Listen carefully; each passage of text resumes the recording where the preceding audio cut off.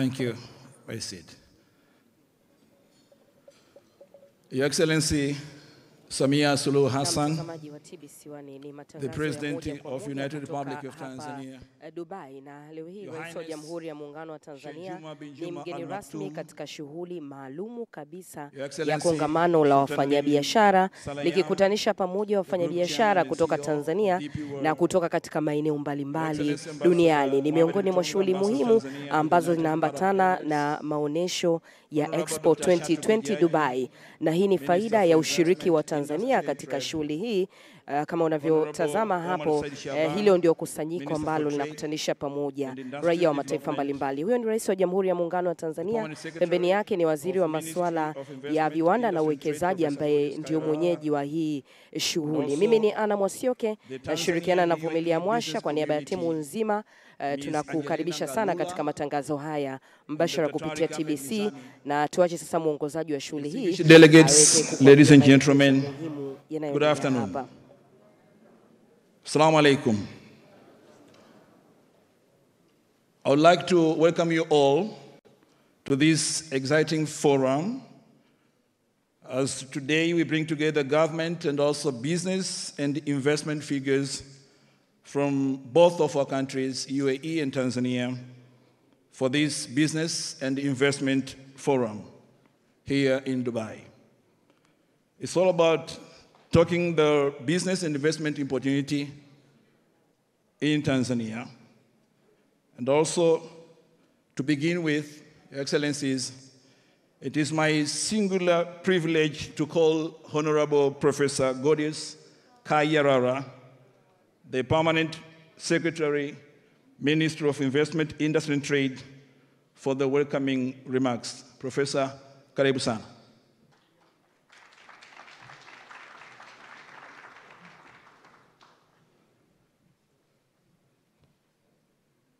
Your Excellency Samia Suluhu Hassan, the President of the United Republic of Tanzania, Your Excellency Sheikh Juma, distinguished guests, ladies and gentlemen.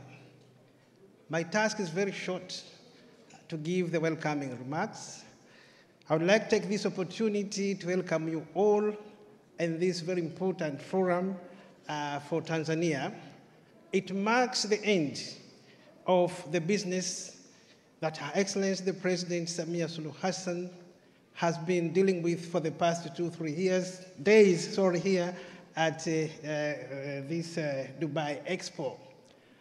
Today, Your Excellency, the President of the United Republic of Tanzania, you will witness signing of MOUs, 36 MOUs. The Minister will give the details about different sectors of the economy. And also in this gathering, Your Excellency Samia Suluhu Hassan, the President of the United Republic of Tanzania, you are accompanied by the business people, the politicians from both countries, the traders, and the business community. You have all major companies which are looking forward to forge a relationship and to show their commitment to invest in Tanzania. And we take this opportunity to thank all the companies that have shown interest to invest in Tanzania. We have companies from all range of sizes, all range of sectors. We have big companies like DP World, Del Monte, I can see Ahmed El Sweet, and other big companies from Tanzania. We have Taifa Gas, we have Kagera Sugar, we have, I can see Mohammed Dewish there, I can see Majid, and several others who I can't mention. I take this opportunity to thank you all for coming to support Tanzania, to support Her Excellency, the President, in fulfilling her long-term mission to ensure that the Tanzania economy changes. She has been with this main slogan, to open up the economy. Today we will witness to what extent the economy of Tanzania is going to be opened. It will really be opened because we have range of sectors, range of investors from all over the world who have shown interest to come and invest in Tanzania. With all these few remarks, I take this opportunity once again to welcome you all and wish you all the best. Thank you very much.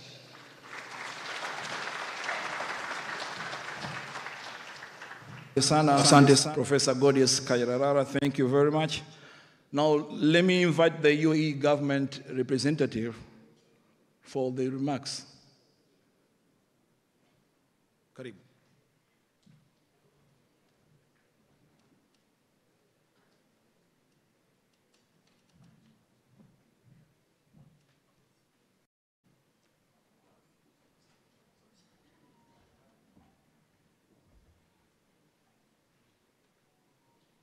Bismillah ar-Rahman ar-Rahim. Your Excellency Samia Suluhu Hassan, Honorable President of Tanzania, Excellencies, distinguished guests, ladies and gentlemen, Assalamu alaikum wa rahmatullahi wa barakatuh, and very good afternoon. At the outset, let me extend a warm welcome to the Tanzanian delegation to the UAE. It's my pleasure to address you all today at the Great Tanzania Expo platform. It provides a welcome opportunity to review the existing economic relation between the two countries and explore ways to promote closer collaboration between our private sectors. Today, Tanzania is an important trading partner for the UAE. Non-oil foreign trade between our two countries exceeded $1.8 billion in the first 10 months of 2021.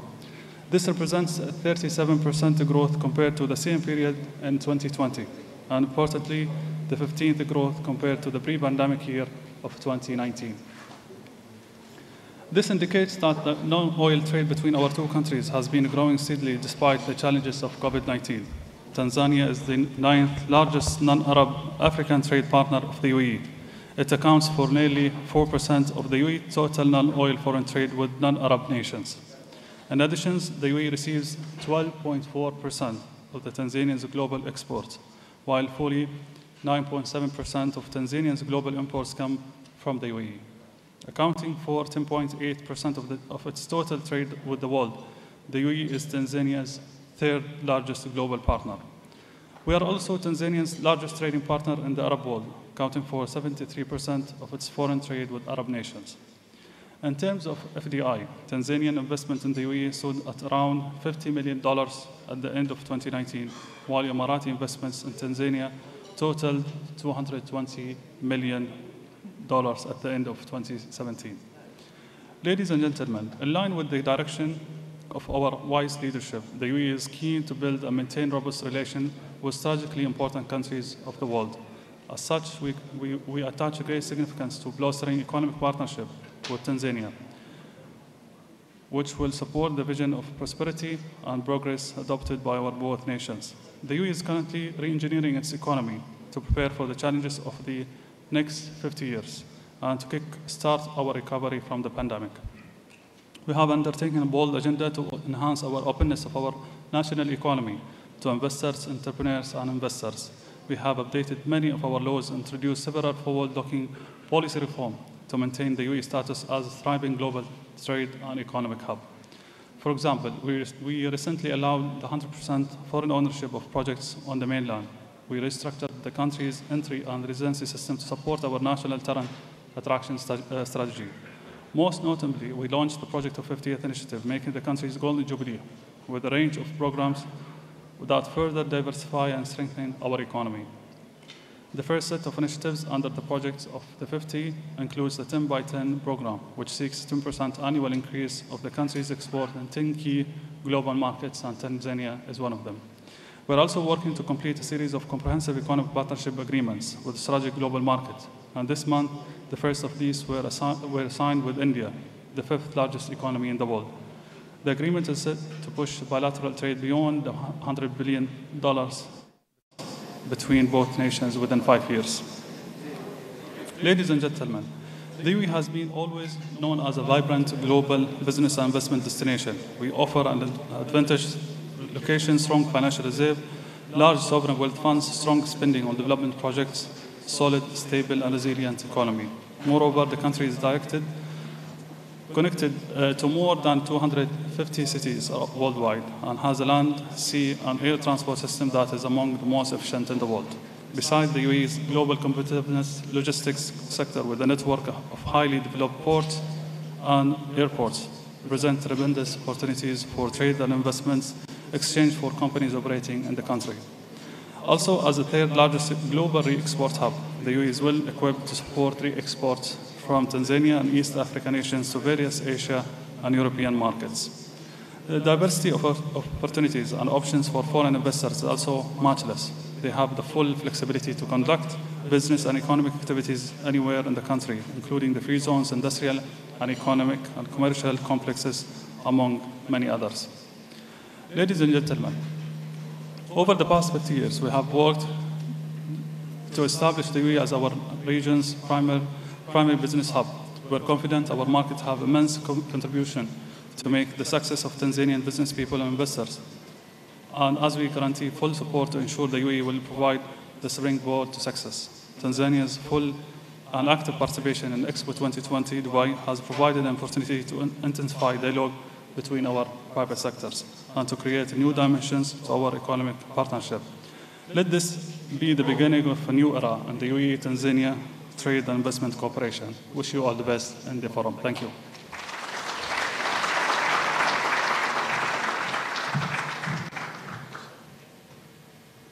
Thank you very much. Your Excellencies, ladies and gentlemen, now please, Madam Angelina Ngalula, the chairperson of Tanzania Private Sector Foundation, please, you're welcome for the, Karibsa, this one.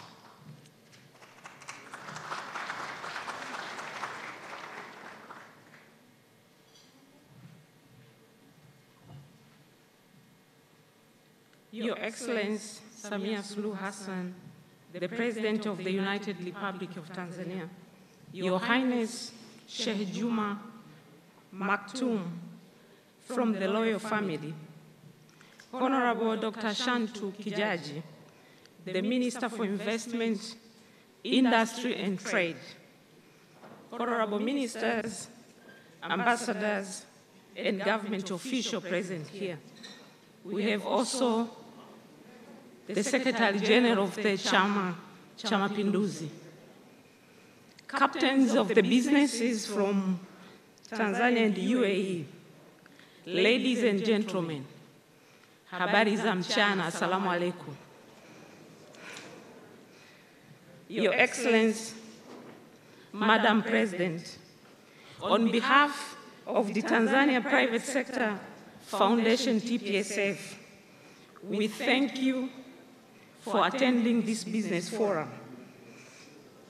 Since you took leadership in March last year, you have always insisted on the public-private sector collaboration to advance Tanzania's economic development agenda. Madam President, for the presence of this powerful business delegation here today is a result of your effort. Even the organization of this business forum has been made possible through the collaboration of the private sector and the government. And we would like to take this opportunity to thank our own Dr. Shantu Kijaji, the Minister for Investment, Industry and Trade, and Professor Kiarara, the Permanent Secretary, for their excellent coordination. We also thank our partner, Ms. Latifa Hamis, the Director of TanTrade, and Dr. Maduhu Kazi,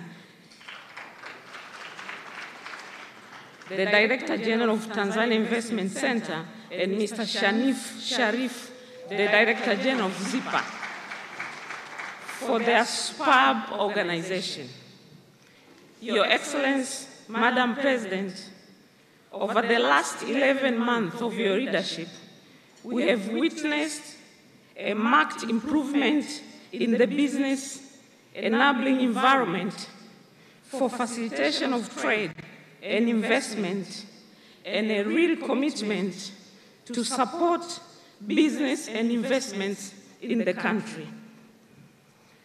The business world has heard your call, and today in this room, we have over 100 business people from around the globe wanting to invest in Tanzania.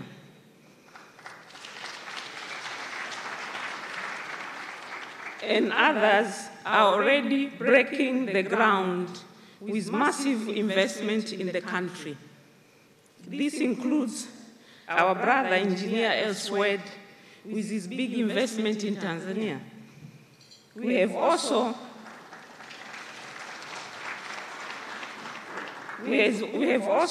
Paknan Kafafi, the CEO of Taka Arabia, and our brother Edem, the Vice President of Yapi Merkezi. This is a testimonial that Tanzania is open for business. And indeed, Tanzania is ready to take off. Madam President, please allow me to quickly introduce some of the business leaders and representatives that are part of the Tanzania business delegation here today. We have the Tanzania Private Sector Board of Directors. We have Godwill Wanga, the Executive Secretary of the Tanzania National Business Council. We have the President of Chamber of Commerce from Tanzania and from Zanzibar. And we have the Chairperson of the Women Chamber of Commerce and the Chairman of ATOX, Abdul Samad Abdul Rahim. From the manufacturing sector, we have Mr. Gary Biral, the President of GSM, Mr. Gagan Santos, Kamal Group, Mansour Moise, Chairman of Africa, Nasol Saif, Chairman of Superdol, Salm Hamisi, Jambo Group, Salm Aziz from Bakresa Group, Amil Hamza from Amil Hamza Limited, Octavian Mshiu from Open Sanity, and Mohammed Enterprise from Mohammed Enterprise Group. From the mining sector, we have Rostam Aziz, Chairman of Taifa Gas Group, Madam Salam Asasi, CEO of Geita Gold Refinery, Atul Mitar, President of Mount Meru, Mr. Sud Badal, Chairman of GBP Group. In the transport sector, we have Horace Huey, CEO of TIX, Swara Mohammed, CEO of Silent Ocean, Fuad Jaffa, CEO of Asas Group, Azim Deuch, CEO of Simba Logistics, Ismail Saad, CEO of Usangu, Dr. Judith Muhina, Chairperson of PMM, and from the financial sector, we have Mr. Sabi, CEO of NBC, Abdul Majid Sekela, CEO of CLDB, Ms. Esther Mangenya, CEO of Azania Bank, Luz Daipuna, who is represented, the CEO of NMB Bank. From the tourism sector, we have Wilbert Chambulo, CEO of Tanganyika Wilderness Camp, Mustafa Katul, CEO of Skylink, Vincent Laswai from Kibo Palace, Lobson Laseko, CEO of Duluti, Eric Mashauri Travel Partner, Zainab Ansel Zara, Tanzania Adventure, Susan Mashibe from V Aviation, Rosemary Kachungira, CEO of Equit, Satbil Hanspo, CEO of Hanspo Group. In construction, we have the chairman of Yapi Melkez, Mr. Adam. We have Mr. Mringo, chairman of DEM Group. We have Maida Waziri, the CEO of Ibra Contractor. In agriculture, we have Jacqueline Mkindi, the CEO of TAR Group. Madam Dio. We have Mek Sadiq, Madam Dio from PAN Tanzania Agricultural Development, Geso Bajuta from Bajuta International. In the service sector, we have Godfrey Magira from Magira Tech, Honorable Sylvester Coker, Chairman of SF Group, Mr. Joseph Kusaga, CEO of Crowds Media, Mr. Mustafa Hassanari from CEO 361 Degree, Samil Abdai, CEO of Shoppers Plaza. From Zanzibar, we have Honorable Taufik, Chairman of Vigo Turkey Group, Mr. Alamul, CEO of Fishermen, Tours and Travel, Mr. Zanki from Zanki Aqua Farms. From Tanzania Startups, we have Fahad Abdallah, CEO of Trescott, and we have William Shelley from Vijana Think Tank. Your Excellency, ladies and gentlemen, let me again thank Her Excellency President Samia Suluhu Hassan and all of you for your time.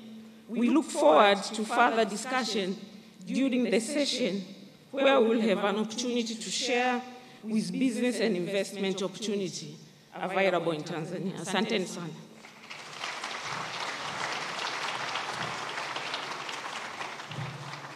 Asante sana, Madam Angelina Ngalula, Chairperson of Tanzania Private Sector Foundation, TPSF. Now is the moment for the signing of the Memorandum of Understanding, the MOUs. Please welcome Professor Kayarara, the Permanent Secretary from the Ministry of Investment, Industry and Trade. Karibu sana.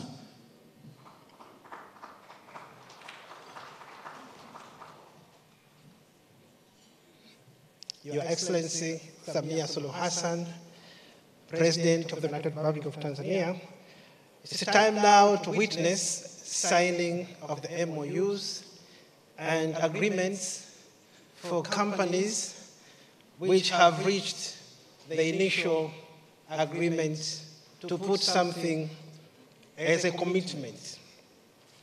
As I said, we have 36 MOUs which have the following segments.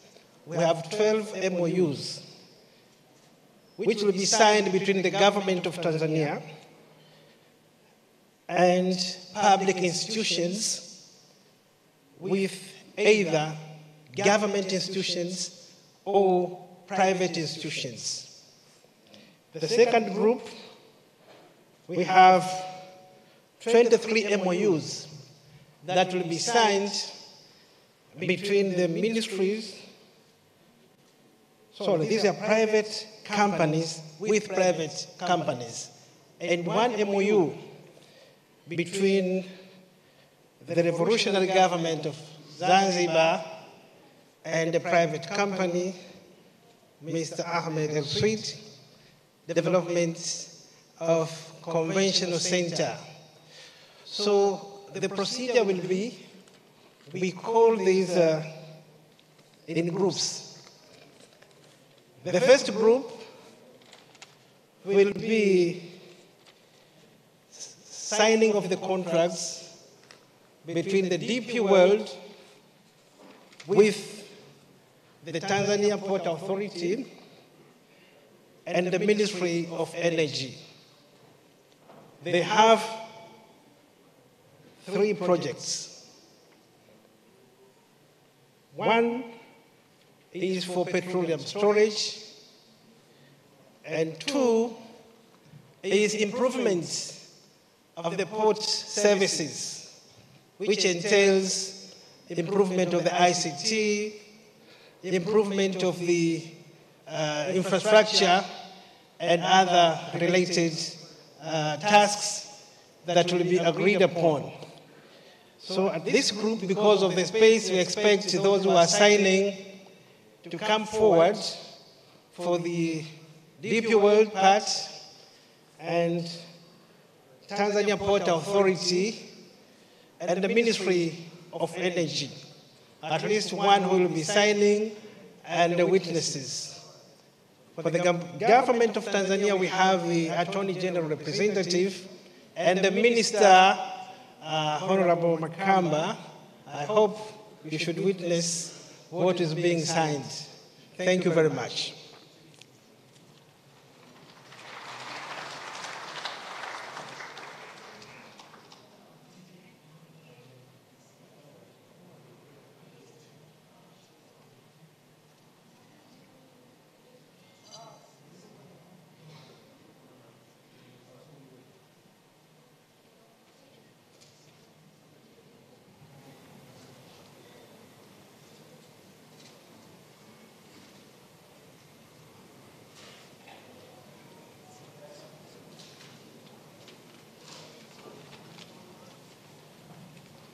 wakati zoezi hilo linaendelea, kama alivyosema moderator kwamba tutatumia lugha zote mbili.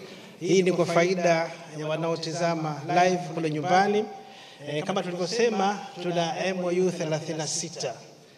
Thamani yake ni dola bilioni 7.43 sawa na shilingi za Kitanzania trilioni 17.35.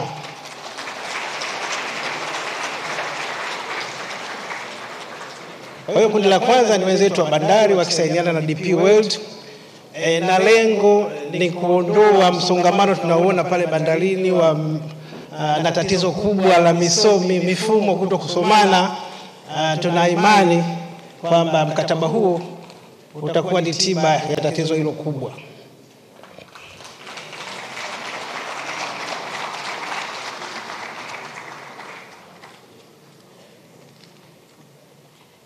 So still DP World to have several other, 2 more I hope.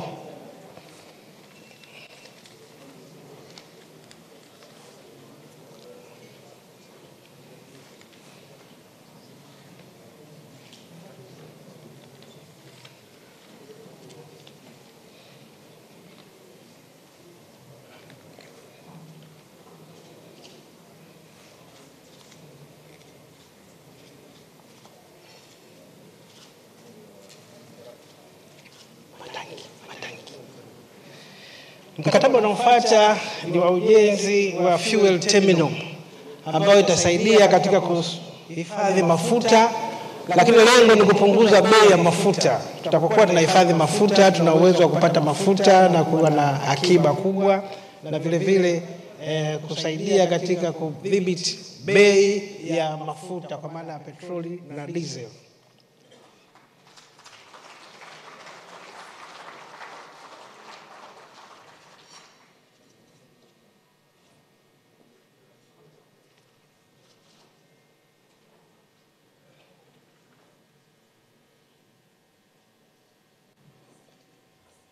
TPDC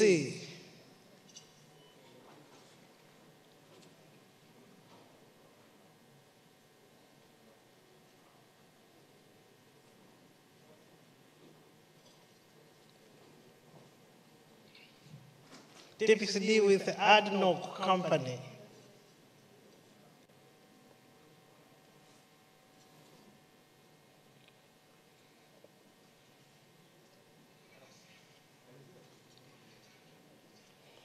Mradi huu kati ya TPDC na ADNOC ni uhusiano katika biashara ya mafuta, zile bulk procurement processes, na vile vile lengo ni hilo hilo katika kupunguza bei ya mafuta kwa kupata wabia halisi wenye mafuta na kupunguza shida ya kutafuta mafuta kila sehemu.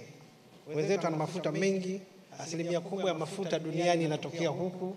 Kwa hiyo tuna imani itasaidia katika tatizo kubwa la bei ya mafuta na kuipa uwezo TPDC katika biashara ya mafuta.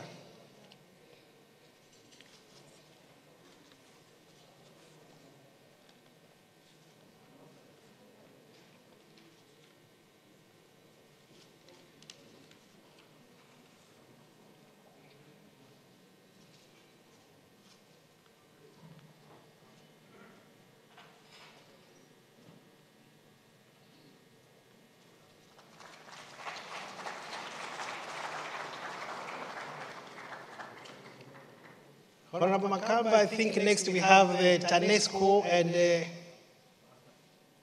Abu Dhabi Future Energy. TANESCO.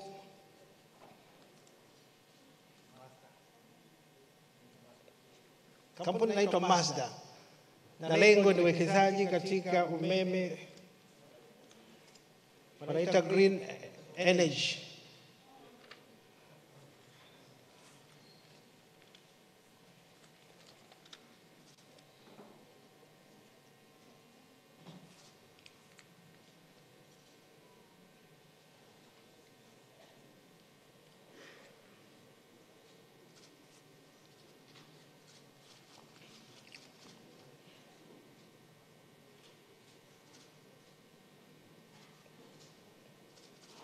TTCL and Huawei should be prepared. It's the next in the list.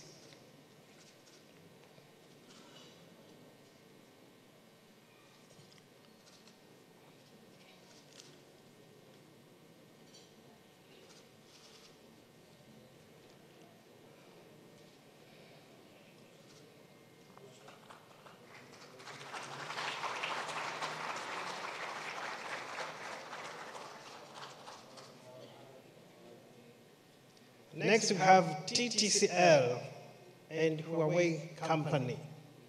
This is a project on ICT.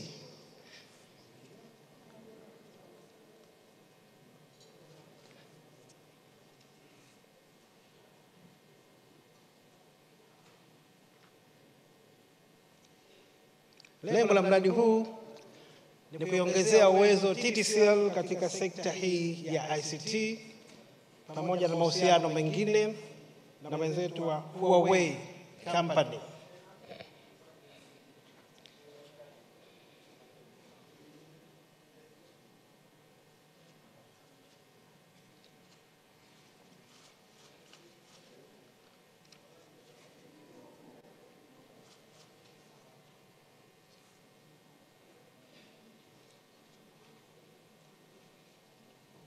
And we have got other MOU with the Ministry of Information, so those who are responsible for signing should get prepared.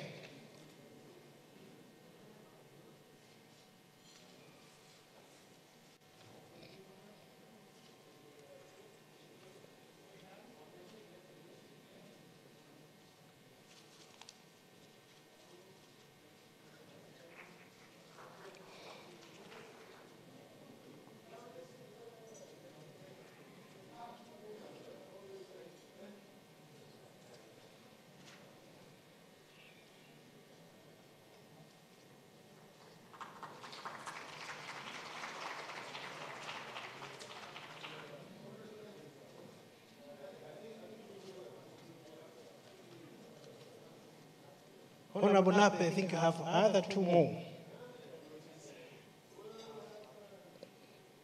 TSN? No, not TSN.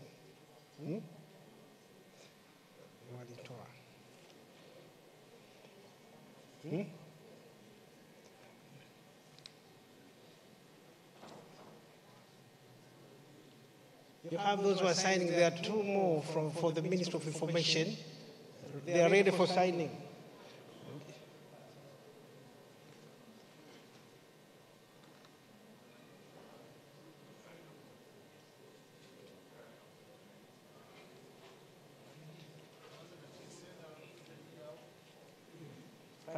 Private office.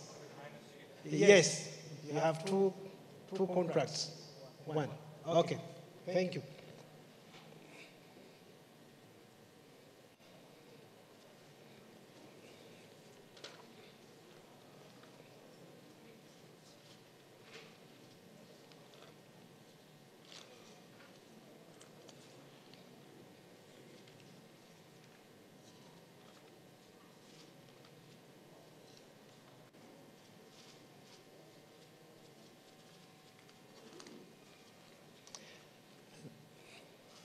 Lengo la mradi hii ni kuwezesha wizara pamoja na taasisi zilizoko chini yake katika kuongeza uwezo, lakini ikiwemo ujenzi wa kiwanda cha simu za mkononi za kisasa na maeneo mengine ambayo yapo katika mazungumzo. Next in the list we have STAMICO and ACME. STAMICO, you have two contracts or two projects in one contract. Be prepared.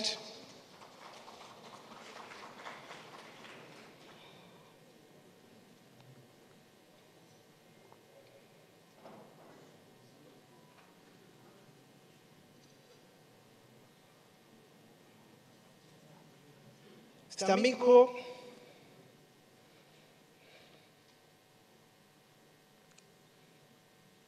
miradi hii ya wenzetu wa STAMICO ni matokeo ya Dubai Expo. Wamepata partners, kwa hiyo wanasainiana. Na ipo katika drilling, pamoja na consultancies.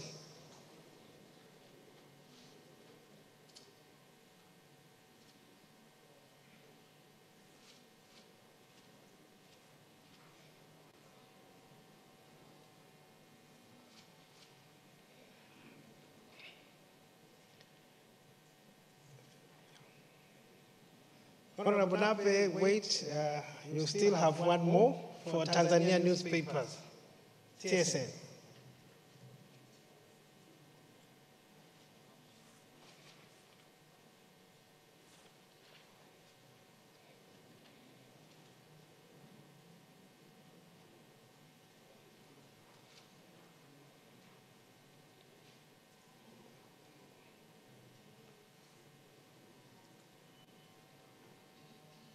Kama tulivyosema, miradi hii ya STAMICO ni matokeo ya kushiriki katika Dubai Expo.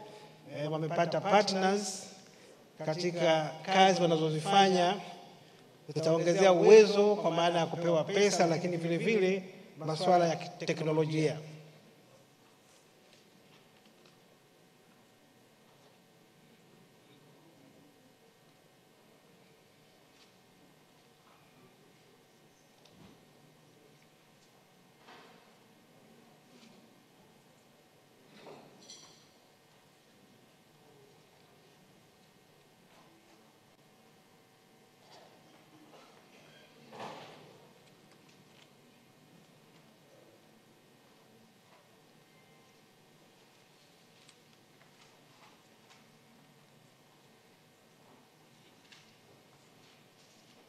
So thank you very much. Next we have Tanzania newspaper and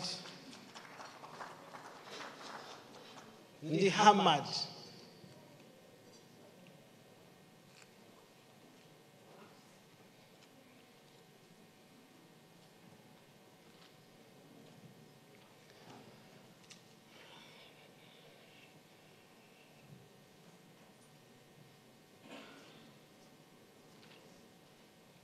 Ushirikiano huu wa Tanzania newspaper ni matokeo ya Dubai Expo na ushirikiano katika shughuli mbalimbali ambazo wanazifanya. Wamepata partners. Kwa hiyo wanatiliana sahihi mikataba hiyo kama kufungua mahusiano kwa shughuli ambazo TSN wanazifanya. The Minister of Agriculture should be prepared. You have 4 MOUs.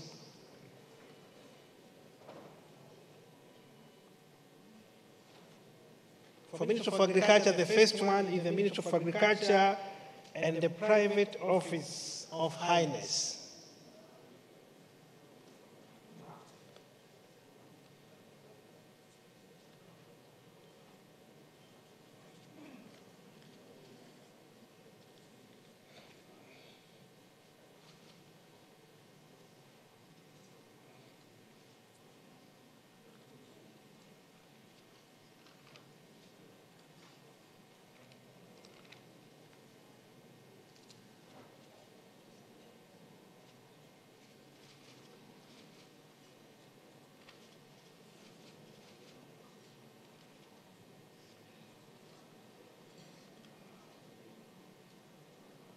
Next is the Minister of Agriculture and the Highness Office.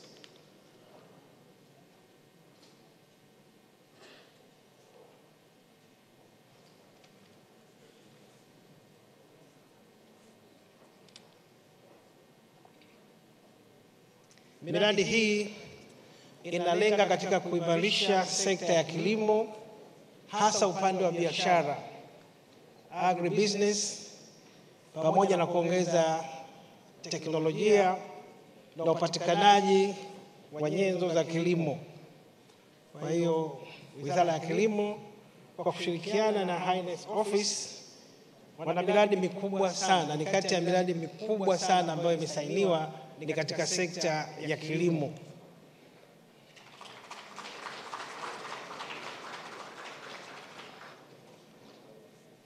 Mheshimiwa Basha akiniruhusu mradi wa chini kabisa ni dola milioni 500. Kwa ni miradi ya thamani kubwa sana.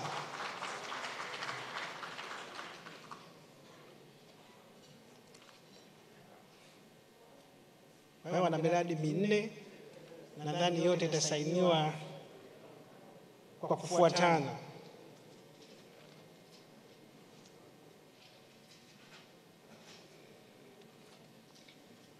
The next project is Ministry of Agriculture with Afritrade DMCC.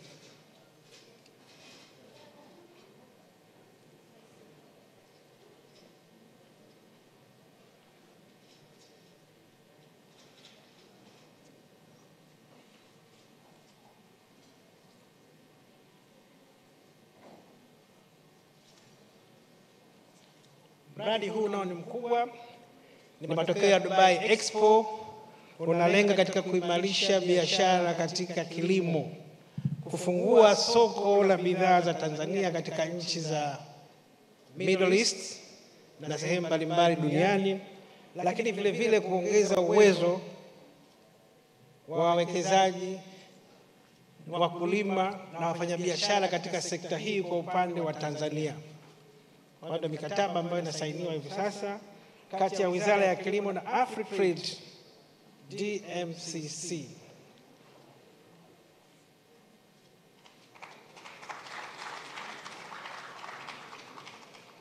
The next project is the Ministry of Agriculture with Agritech Global and the Ministry of Agriculture.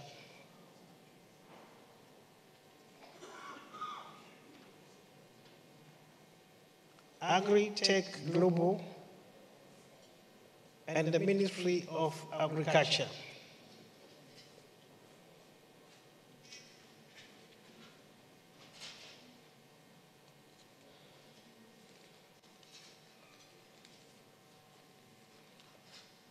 Mradi huu ni kati ya miradi mikubwa sana, na wenye lengo ni hilo, kuimarisha kilimo, kuongeza biashara ya kilimo katika soko la dunia, na vile vile kufungua fursa kwa wakulima katika masoko ya dunia.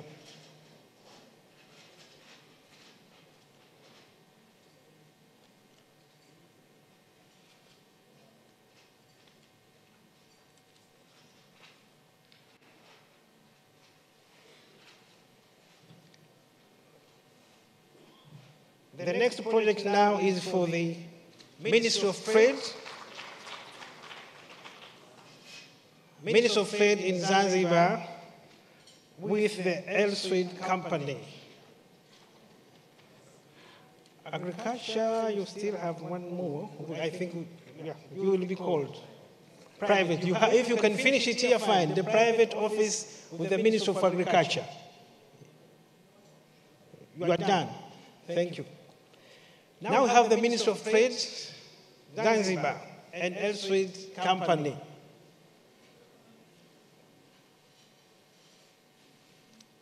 They are going to invest on International Convention Center. It's a tourism project.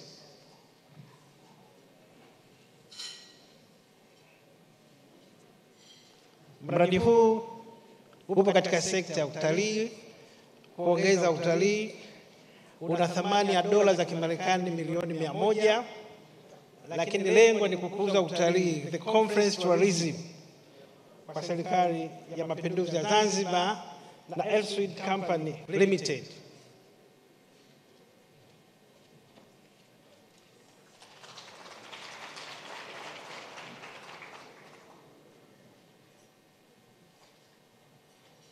The next project is Via Aviation and Jetex FZE. Via Aviation and Jetex FZE.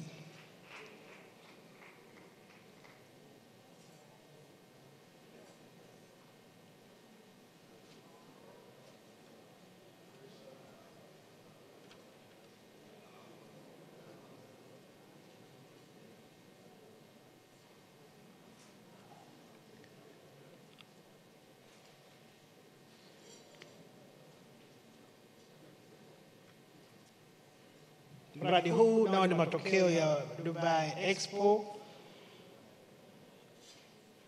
Upo katika masuala ya aviation kati ya makampuni mawili ya Tanzania na ya Emirates.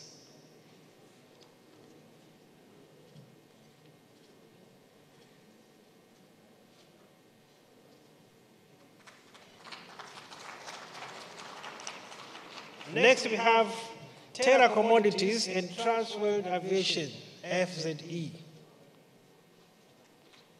Terra Commodities and Transworld Aviation, FZE.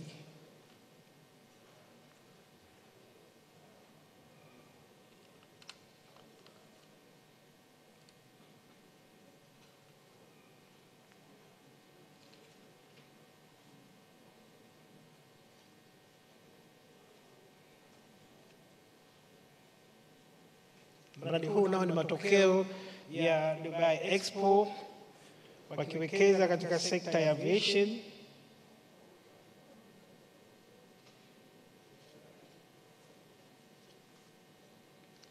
Kamal alloys and GBSN should be prepared, along with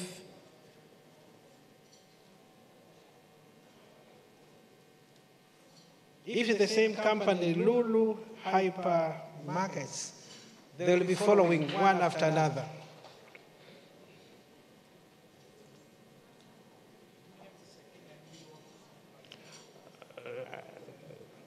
If it comes, we will call you.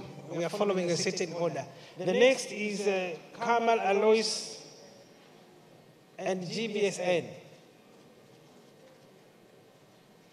Miradi hii inalenga katika kukuza biashara kati ya Tanzania na Emirates, ikiwemo uuzaji wa bidhaa katika supermarkets.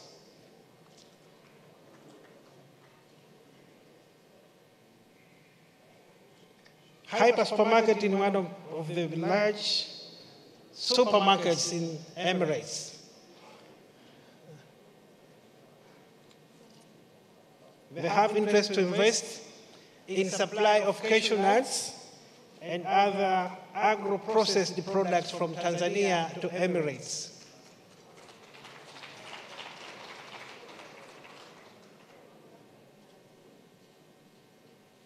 They have another MOU, the third one. Kamal Agro with Kotera Coffee Roasters.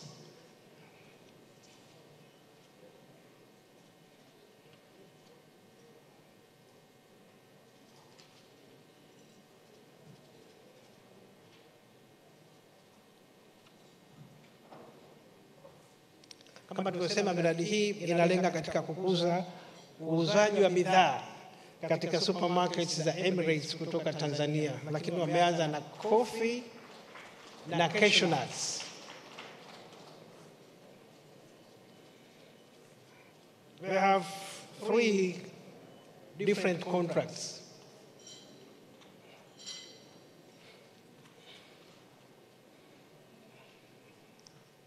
Na makubaliano hayo ni matokeo ya Dubai Expo kama tulivyosema, na lengo ni kukuza kilimo kwa kuongeza thamani na kuuza nje ya nchi.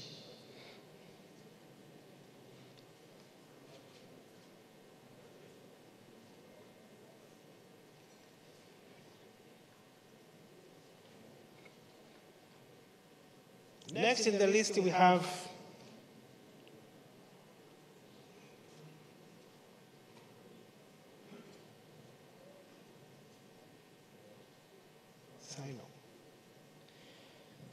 Next in group we have the Sino-Tan Kibaha Industrial Park.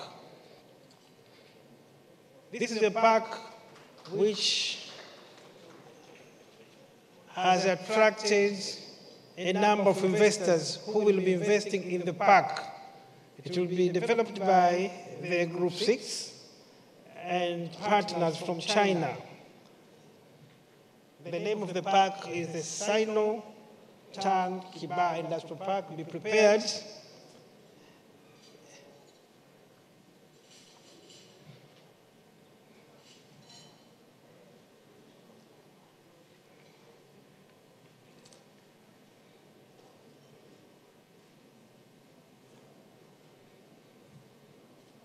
Kama tulivyosema, wenzetu wana mikataba mitatu ndio walikuwa wanaikamilisha, lakini yote inalenga kuongeza uuzaji wa bidhaa za kilimo nje ya nchi ambazo zitazalishwa Tanzania na kuuzwa katika supermarkets mbalimbali hapa Emirates. So next in the list we have the Sino-Tan Kibaha. Because there are several investors, they will be coming depending on the space we have. We hope we have about 5 or 6 representing other potential investors who will be in the park.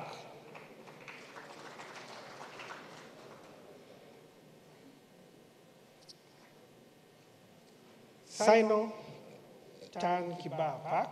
You are signing with several tenants who will be in your park. We have Fujian, Yalete Group. We have Kaikun. We have GS Group. Wenzo and Huawei.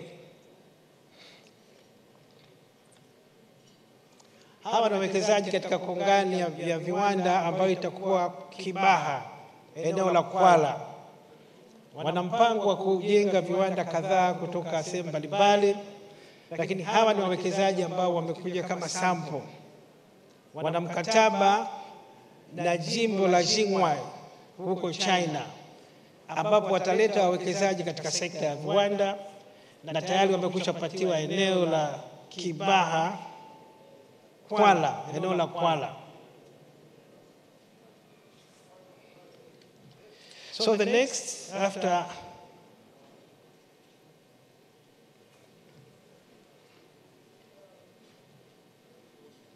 so Sino, I hope you are still completing.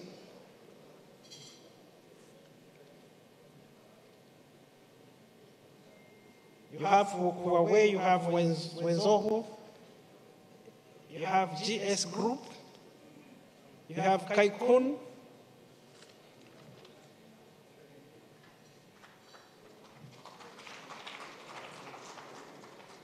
you have Yalete Group. Kama tulivyosema, wawekezaji hawa watakuwa wanazalisha bidhaa mbalimbali, viwanda vitakuwa vingi.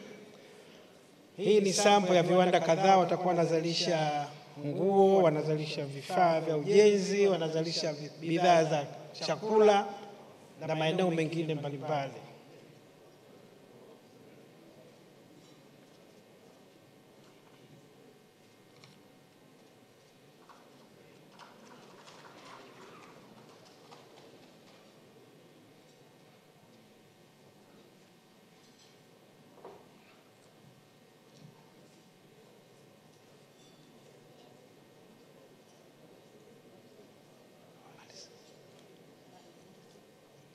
Yes, Group 6 is still continuing. There are several. These will be tenants within the industrial park. Ni viwanda ambavyo vitakuwa katika kongani ya viwanda, eneo la Kwala, mkoa wa Pwani. Na tayari wamekushapatiwa ardhi katika eneo la Kwala. Wanataka kujenga industrial park ya ukubwa wa square kilomita 1.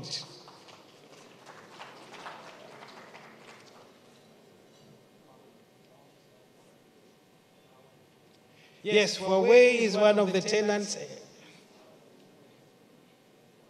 Huawei company ni kati ya wapangaji katika hiyo industrial park ya Kwala. Next in the list we'll have Ahmed El Swidi again. After Sino Park.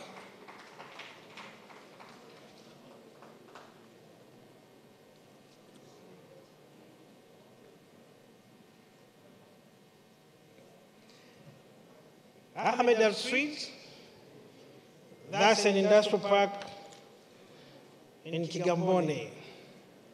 He has some tenants who will be using his park.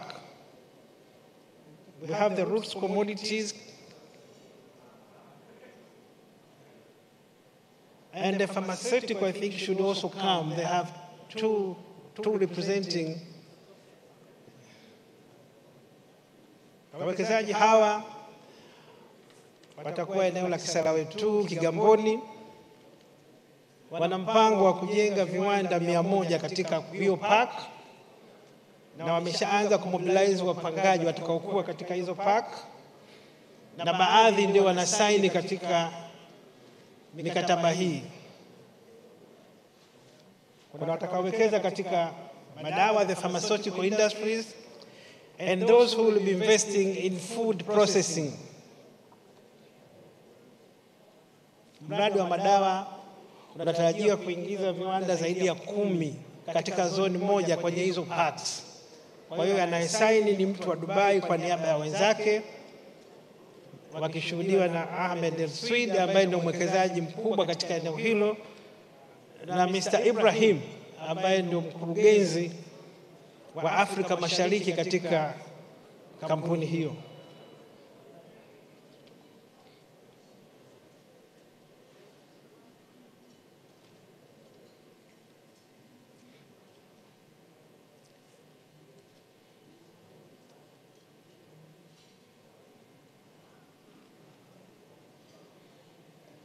Next we have the SF Group and Vega Bulk Carriers.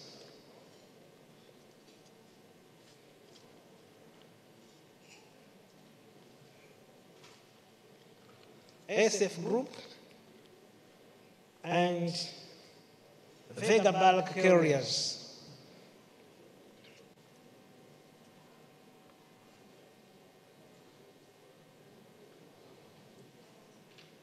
Hawa ni wawekezaji, ni matokeo ya Dubai Expo, wawekezaji wa ndani na wawekezaji wa nje wakifikia makubaliano katika biashara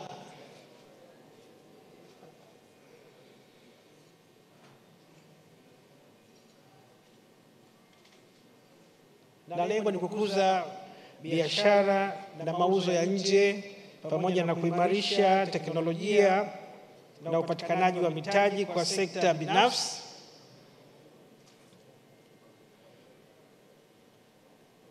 Next in the list we will have Taha and MV Agrofresh Get Prepared, Tanzania Horticulture Association.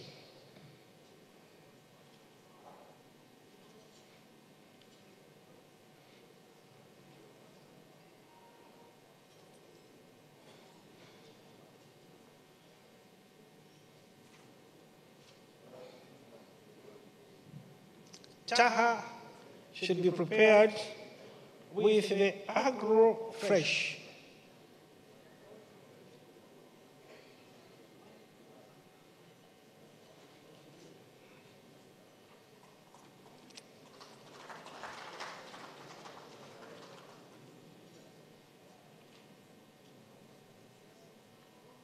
Taha and Agrofresh.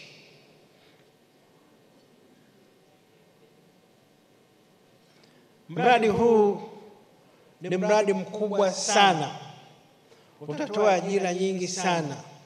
Walipotuletea tukasema tuzipunguze kwanza ili waanze, lakini ajira ni kubwa na lengo ni kufungua soko la horticulture products kwenda India.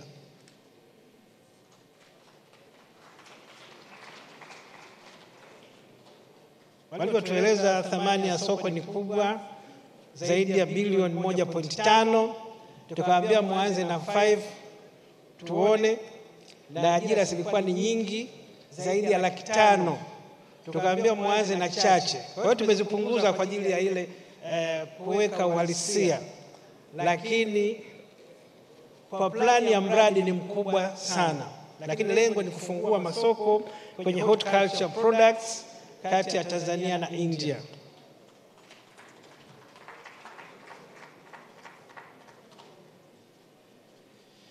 Next we have Terra Commodities and Transworld Aviation.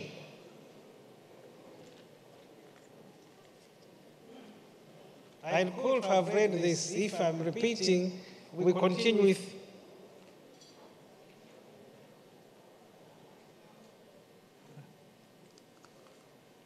or you have another MOU.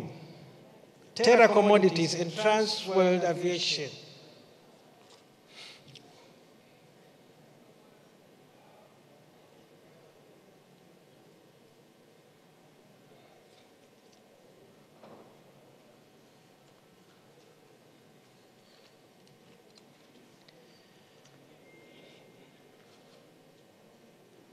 Miradi hii yote kama tulivyosema ni kukuza uwezo wa private sector ya Tanzania. Wamepata partners katika Dubai Expo.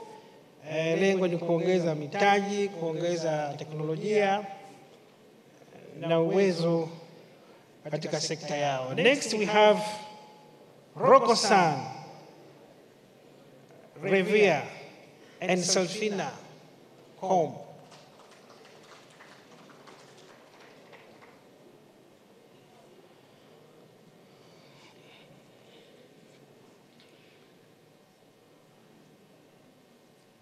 Mradi huu ni ubia wa makampuni matatu.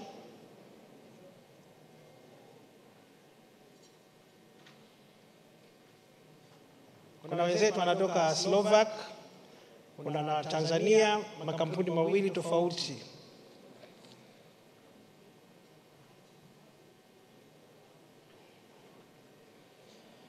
Mradi huu ni kwa ajili ya uzalishaji wa mbolea organic fertilizer kwa kutumia manyoya ya kuku, manyoya ya ng'ombe na mabaki ya mifugo. Kwa mujibu wa andiko lao la mradi ambao tulipitia, wana uwezo wa kutoa ajira sana katika maeneo yenye mifugo. Wanahitaji kwato za ng'ombe, wanahitaji pembe za ng'ombe, wanahitaji manyoya ya kuku. Na kwa kuanzia walisema watawekeza euro milioni 2 ili kukuza vikundi vya vijana kufuga kuku ili wapate manyoya. Na vile vile watashirikiana na taasisi zetu za kilimo kikiwepo chuo kikuu cha Sokoine.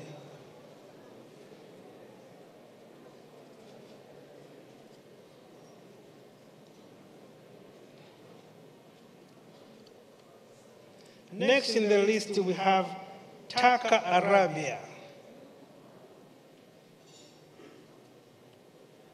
Taka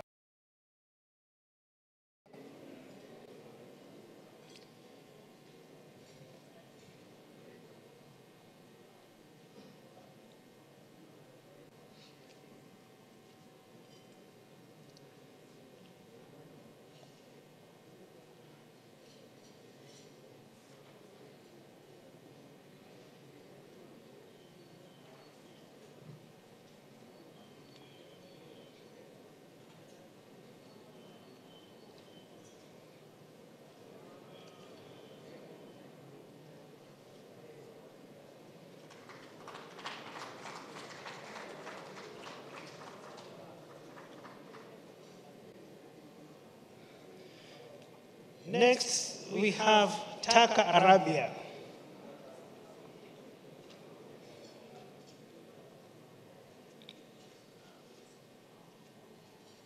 Kampuni hii inalenga kuwekeza katika CNG, conversion ya magari kwa kutoka kwenye mafuta kutumia compressed natural gas. Na wapo katika hatua za awali za mazungumzo na taasisi mbalimbali za serikali. Kwa hiyo hapa wamekuja kufanya commitments kwamba wako tayari katika uwekezaji huo.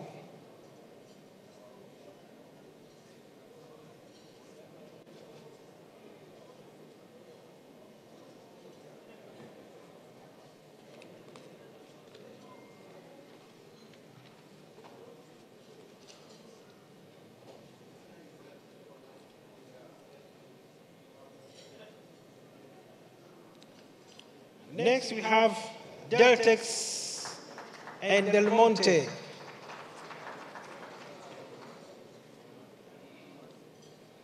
Deltex and Del Monte.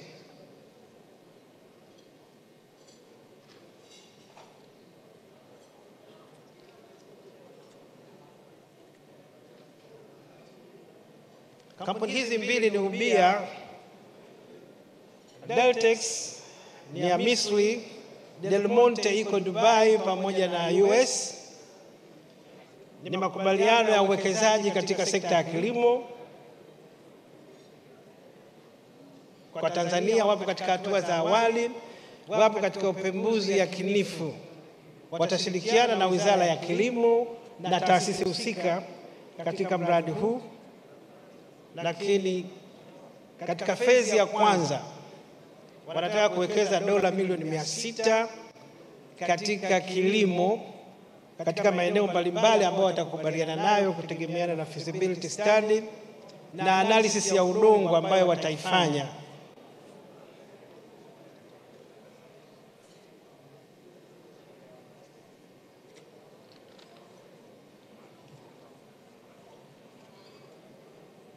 Lakini vile vile mradi unalenga katika kuongeza uwezo wa kuuza bidhaa za kilimo nje ya nchi.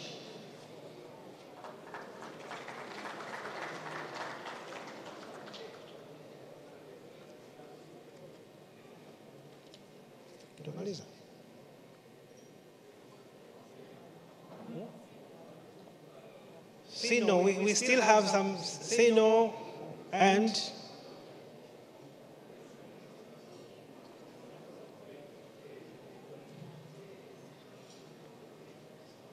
Sinotan and Wenzo.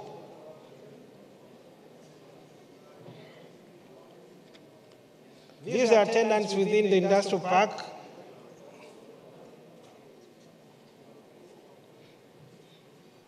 The Kuala Industrial Park.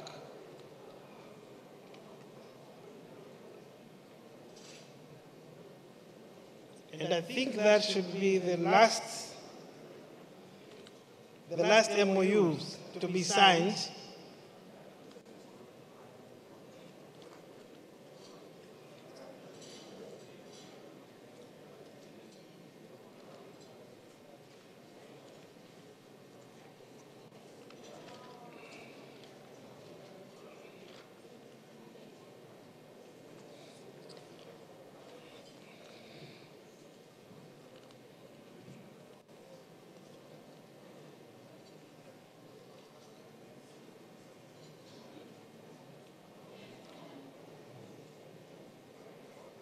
That will be the last MOU to be signed. Hawa wanataka kuzalisha steel katika industrial park ya Kuala iliyopo Kibaha.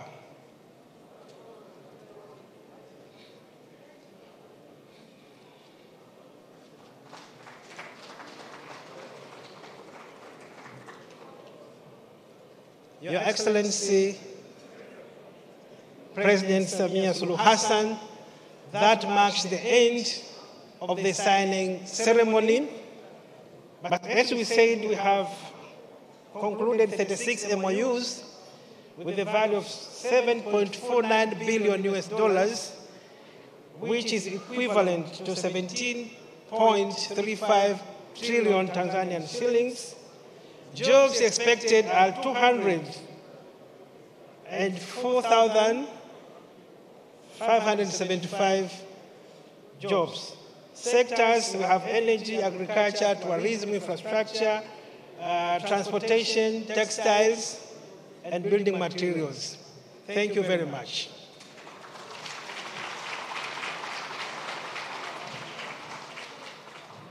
Thank you very much, Professor. Asante sana, Professor Kayarara.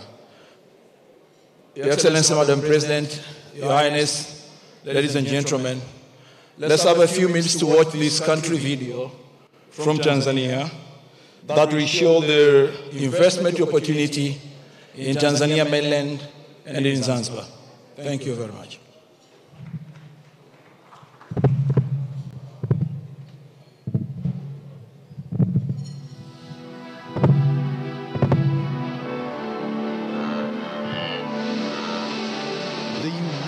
Republic of Tanzania, the land of the Kilimanjaro, the Serengeti, and Zanzibar, is strategically located as a gateway to East Africa and the African Great Lakes region.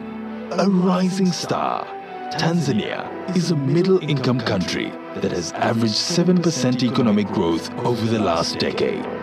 It has a population of about 60 million, the majority of whom are young and economically active, and part of a rapidly growing middle class. Accessible through the Indian Ocean, Tanzania connects to 6 landlocked countries. It also offers access to a sizable market of about 177 million people in the East African community and 350 million people in the SADC region. Welcome to Tanzania, the land of opportunities.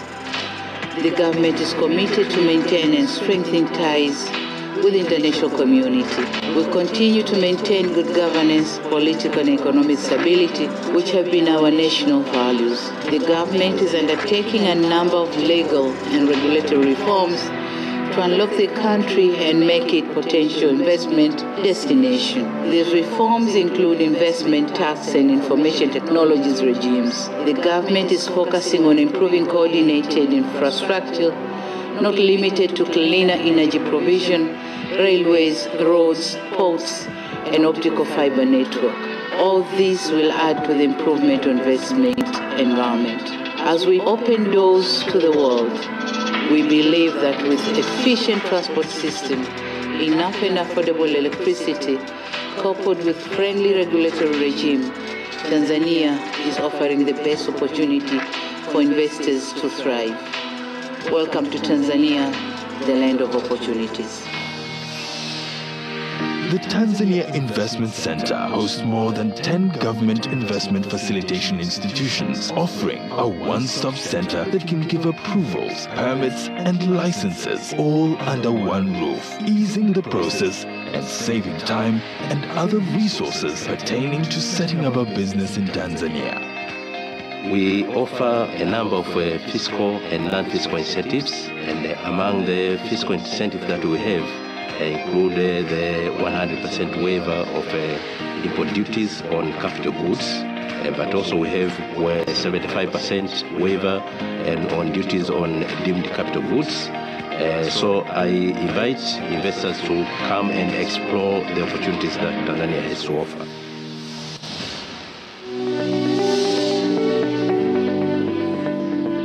Agriculture is the mainstay of Tanzania's economy. There are over 44 million hectares of arable land, and only 33% of them are under cultivation. Some of the potential areas to invest in include sugarcane plantations, cotton, coffee, tea, cashew nut and grape farming, horticulture farms, sisal plantations, wheat plantations, as well as bean and cassava farms.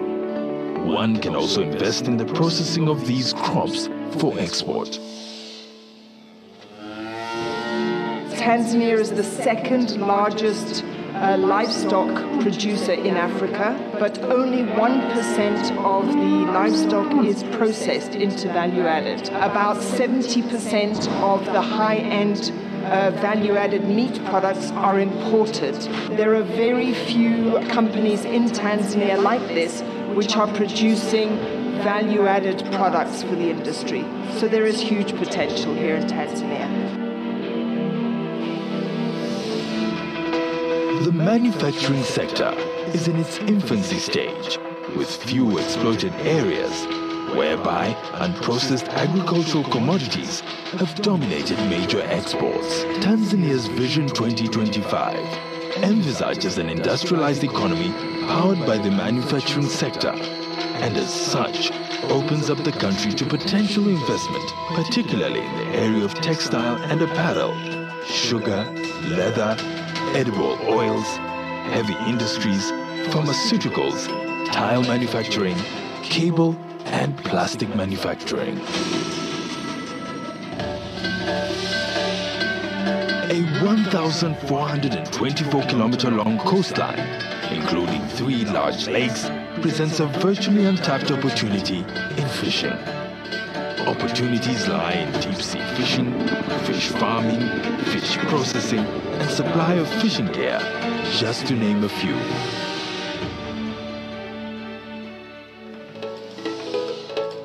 Tanzania's wealth extends well beyond the surface. Tanzanite, a gemstone found nowhere else in the world, is testament to the country's mineral riches. Other minerals include gold, coal, diamonds, copper, nickel, cobalt, tin, lead, silver, uranium, rare earth metals, ruby and sapphire.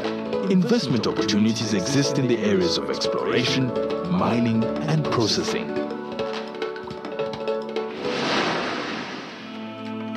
Tucked away in Tanzania's 48.1 million hectares of forests and woodlands is investment gold. One can invest in industrial plantations, and commercial harvesting can be done in 20 million hectares, equal to 35% of the total volume of forests in the country. Discoveries of significant natural gas reserves in recent years present an opportunity to invest in LNG extraction, further adding to Tanzania's long list of investment opportunities. Doesn't end there. The country's helium deposits in the west of the country are large enough to meet the world's demand for the gas for 20 years. Tanzania is a tourist paradise. New accommodation, entertainment facilities, camping, lodges, and guest houses of international standards. All these are untapped opportunities. Connectivity is key to Tanzania's ambitious growth objectives. The country has invested heavily in the development of its infrastructure, including road networks, railways, air travel, and ports, which connect all regions in Tanzania, as well as 6 landlocked countries.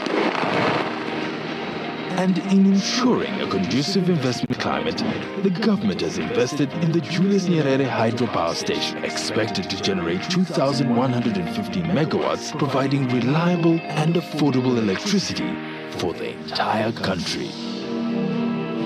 While in Tanzania, investors can enjoy prosperous living in the bustling cities, and in the countryside, one can access world-class amenities such as schools, state-of-the-art hospitals that are fast turning the country into a premier medical tourism destination, as well as financial institutions. Having reached middle-income status, the Tanzanian government aims at soaring even higher, establishing the country as a favorable investment destination and an industrialized nation that provides a high quality of life to all its citizens. Due to very attractive opportunities and favorable conditions, major international brands have already invested in Tanzania as part of their strategy to maximize on wider regional markets and other opportunities. Come and invest in Tanzania.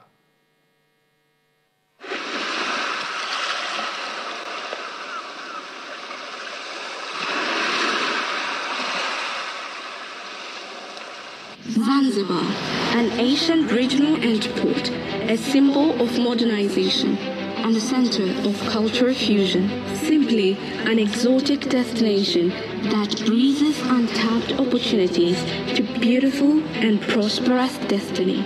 Welcome to Zanzibar, a tropical archipelago on the East African coast of the Indian Ocean. Zanzibar is endowed with 2 main sister islands of Unguja and Pemba, and surrounded by 53 lovely islets.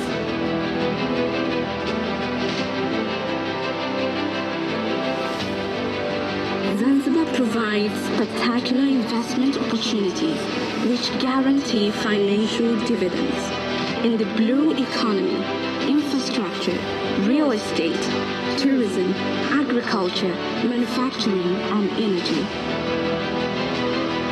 Its strategic location, a stable government, and open market opportunity are just a few examples that complement the best business environment.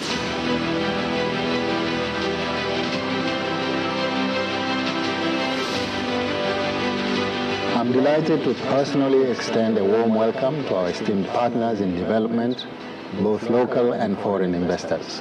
Zanzibar has been blessed with 3 main endowments that will attract serious investors.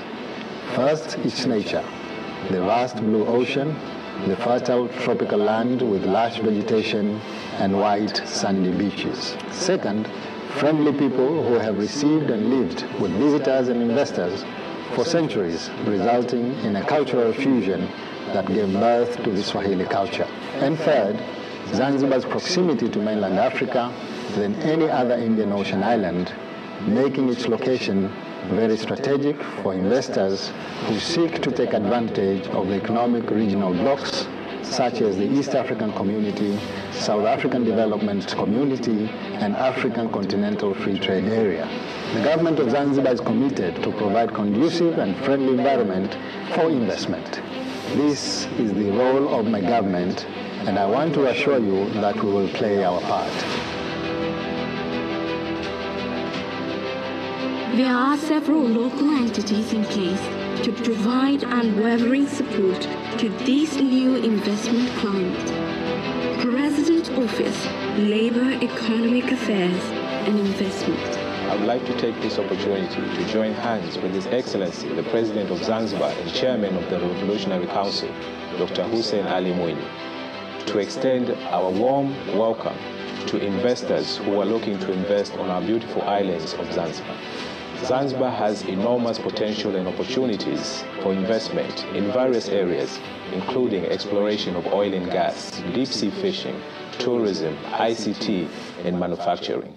You will find that our islands provide lucrative tax incentives, including strategic investment, particularly on the island of Pemba. So kindly forward in your applications, and for any further information, you can contact our offices at the Zanzibar Investment Promotion Authority or our ministry, and we assure you of our fullest cooperation. Zanzibar Investment Promotion Authority is a one-stop center for promotion and facilitation of investment, a reliable guidance for foreign and domestic direct investment. Zanzibar Investment Promotion Authority is your gate for investing in Zanzibar, and the gate is wide open. While we continue to promote vast investment opportunities which exist in Zanzibar, we also stand ready to receive investment proposals from interested potential investors. We are committed to handle them swiftly and decisions to be made in a timely manner. For more guidance on technical know-how on the procedures and processes of investing in Zanzibar and their related issues, please go through our investment guideline and the website should you still have more inquiry. Kindly do not hesitate to contact us for clarification. We hope to issue another guideline shortly, specifically highlighting for small islet investment across Zanzibar. We therefore look forward to hosting you and partnering with you for mutual benefit. Asante, karibuni sana. Right economic environment, right opportunity for investment.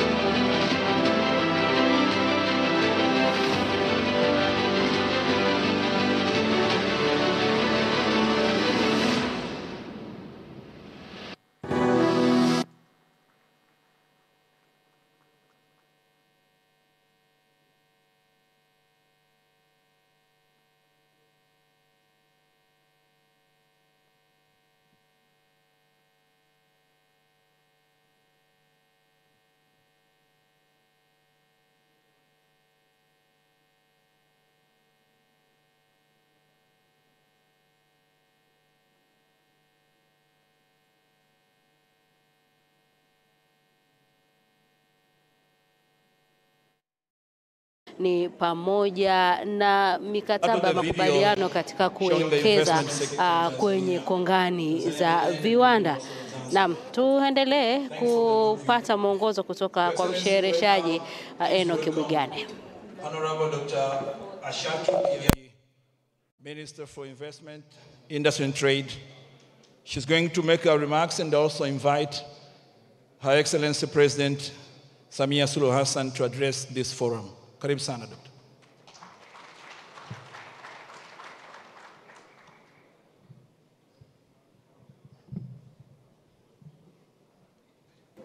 Ambaye amekaribishwa sasa ni Waziri wa Uwekezaji kwa ajili ya kuzungumza maneno machache na kutoa salamu kisha kumkaribisha mgeni rasmi Rais Samia Suluhu Hassan. Your Excellency Samia Suluhu Hassan, President of the United Republic of Tanzania, Sultan Ahmed bin Sulaim, Group Chairman, Your Excellency Juma bin Maktoum Al Maktoum, Member of the Royal Family, Your Excellency Dr. Thani bin Ahmed Al Zayed, Minister of State for Foreign Trade of the United Arab Emirates, my fellow honorable ministers from the government of the United Republic of Tanzania and the Revolutionary Government of Zanzibar, Comrade Daniel Chongolo, Chama cha Mapinduzi, General Secretary, Comrade Shaka Hamdu Shaka, Chama cha Mapinduzi, Spokesperson, Your Excellency Ambassador Mohamed Mtonga,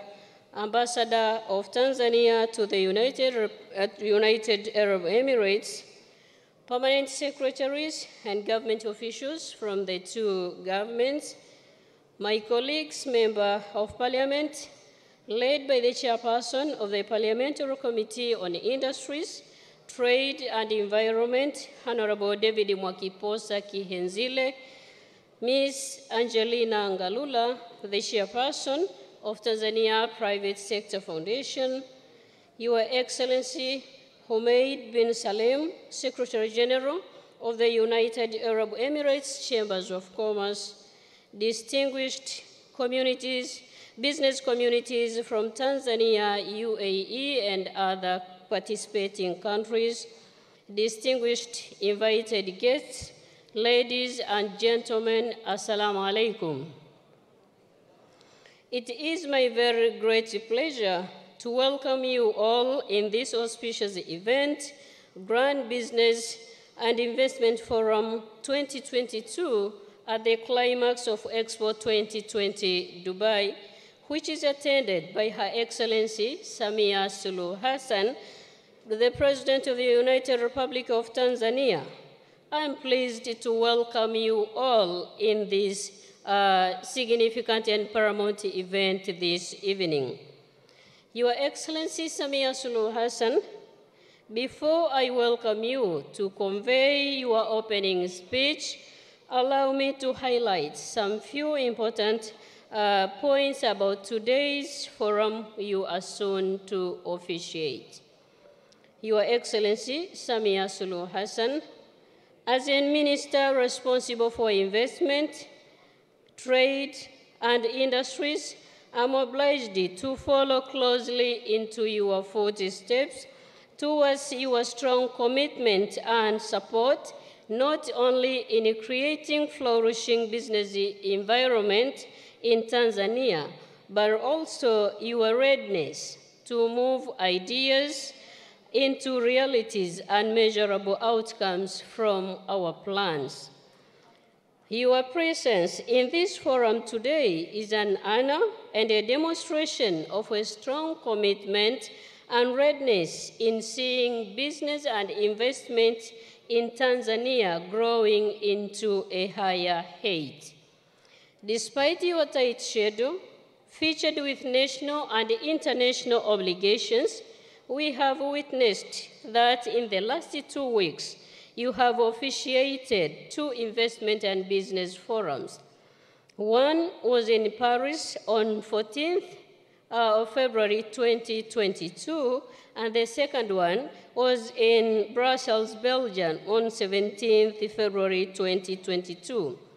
Showing your readiness and commitment in seeing Tanzania becoming a business hub in Eastern and Southern African countries, you are here today to officiate this another strategic higher level business and investment forum. Your attendance here today marks a historic moment for us Tanzanians, particularly in Tanzania's investment and business track that we are eagerly await. The business community and I, on behalf of my ministry, expresses our heartfelt thanks to you, Your Excellency, Madam President. Thank you so much na tunakushukuru sana sana. Your Excellency, in front of you or behind you are over 400 members of the business community from Tanzania, UAE, and other participating countries. This forum is a result of Tanzania's participation in the Expo 2020 Dubai. Tanzania is participating in this Expo as a result of her membership in the Bureau of International Exposition. This forum serves to provide an opportunity for the business community of our countries to consolidate and strengthen our economic ties through investments and trade. This is in line with the vision of your government of promoting economic growth and sustainable development through industrialization. These aspirations will not be possible without active participation of the private sector, and thus it is our hope that through this business forum and the forthcoming one of this nature, members of the business communities will be able to deliver meaningful deliberations on business ventures with mutual benefits to our economies. Your Excellency, Tanzania has maximized the Expo 2020 Dubai platform by promoting and showcasing the country's potentials in the sectors of tourism, agriculture, oil and gas, minerals, energy, livestock and fisheries, construction, transportation, but particularly showcasing the Kiswahili language as a potential product for today and tomorrow's business world. Your Excellency, may I inform you and the general public that during our presence here at the Expo 2020 Dubai, we have managed to coordinate 60 programs in tourism, oil and gas, energy, agriculture, and mining. To date, as you have witnessed in front of you, we have managed also to hold more than 126 government-to-government, government-to-business, and business-to-business meetings inside the Tanzanian pavilion. These meetings were coordinated by TanTrade in collaboration with the Embassy of Tanzania in UAE and participating institutions. Congratulations to our officials who attended these meetings. It is also worth mentioning that by yesterday at 4 p.m. in the evening, a total of 173,417 people had visited Tanzanian pavilion. For only yesterday, Madam President, the National Day for Tanzania at Expo 2020 Dubai, a total of 8,408 people visited Tanzanian pavilion. Your Excellency, Madam President, as I pointed out, this meeting is a result of our participation in the Expo 2020 Dubai. To many businesses here, this is the climax of their ongoing business engagements for the past 5 months, and as an outcome, and as you have witnessed in front of you, Madam President, that we have managed to sign 36 memorandum of understandings valued at 7.49 USD billions, which is equivalent to 17.35 Tanzanian shillings. This is a great achievement for us as a participants in the Expo 2020 Dubai. Colleagues from the business community, I would like to give my sincere thanks to you for coming to this specific event. My very special thanks goes to the delegation of business community from Tanzania under the leadership of Ms. Angelina Ngalula,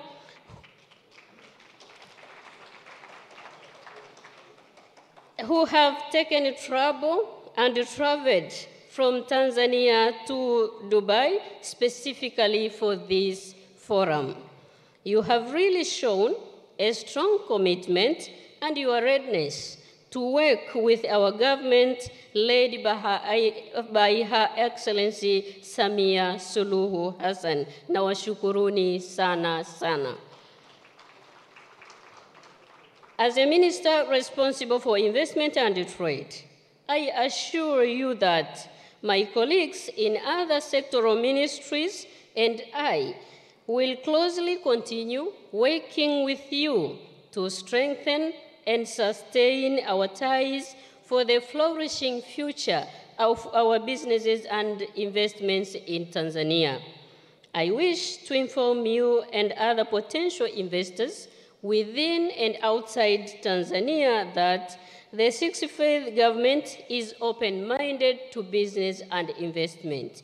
Tunawakaribisha sana mje tuwekeze pamoja. You are most welcome to Tanzania. Just come and invest with us. We believe in my ministry that business is nurtured. Business is nurtured and it grows in the principles of dialogue, in the principles of engagement, in the principles of trust, and finally, long-term partnering. Just come so that we work together. Your Excellency, Madam President, I wish to make a commitment to you that my ministry shall make a close follow-up to ensure that the engagements made here in front of you are realized in a win-win condition of all parties and for mutual benefits of our people. As a ministry responsible for investment and trade, we attest our commitment to ensure that your dream of making Tanzania a business hub for Eastern and Southern African countries is apprehended on time. Thank you, Madam President, for trusting us to lead this specific ministry. Distinguished guests, ladies and gentlemen, I believe I just gave some few remarks. It's few remarks. So with these few remarks, please allow me to welcome Her Excellency Samia Suluhu Hassan, the President of the United Republic of Tanzania, to address this gathering and officially open this grand business investment forum. And we say that connectivity, Tanzania is connected and ready for takeoff. Karibu sana, Mheshimiwa Rais.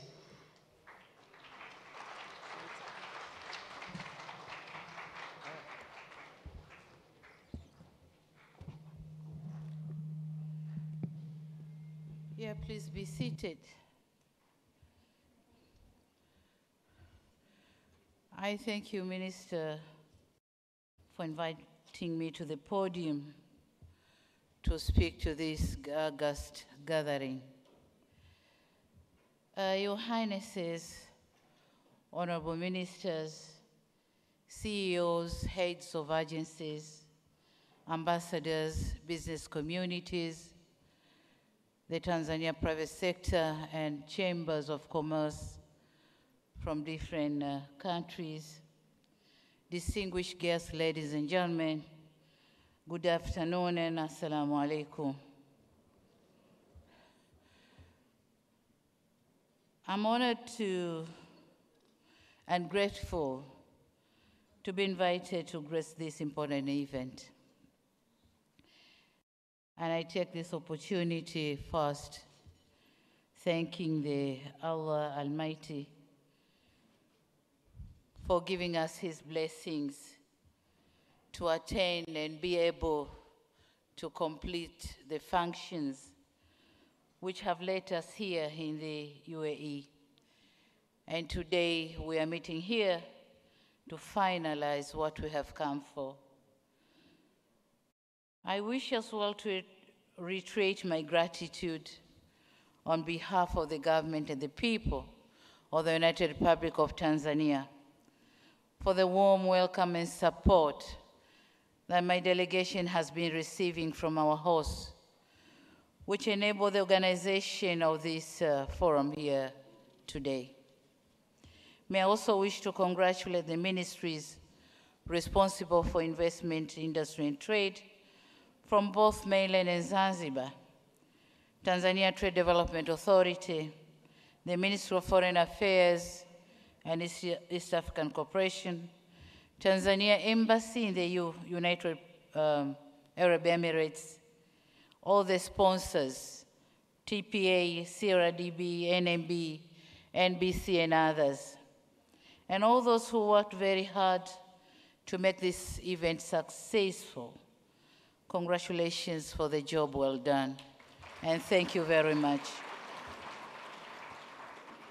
Distinguished guests, ladies and gentlemen, this event is a result of the Tanzania participation in the Expo 2020 here in Dubai, where for the first time in history of this Expo, Tanzania has put in place its own pavilion.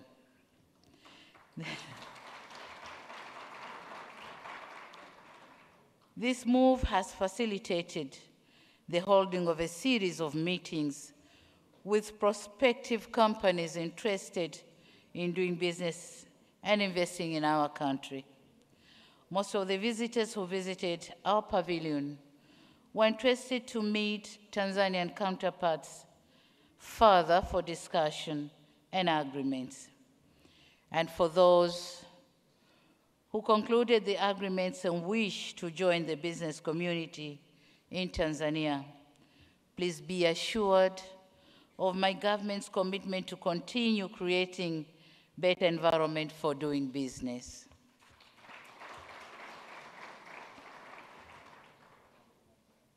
This commitment is reaffirmed by the presence of a big delegation that comprises of honorable ministers, permanent secretaries, heads of agencies, bankers are also here, Tanzania Private Sector Foundation, the Chamber of Commerces from both Tanzania Zanzibar and Tanzania mainland.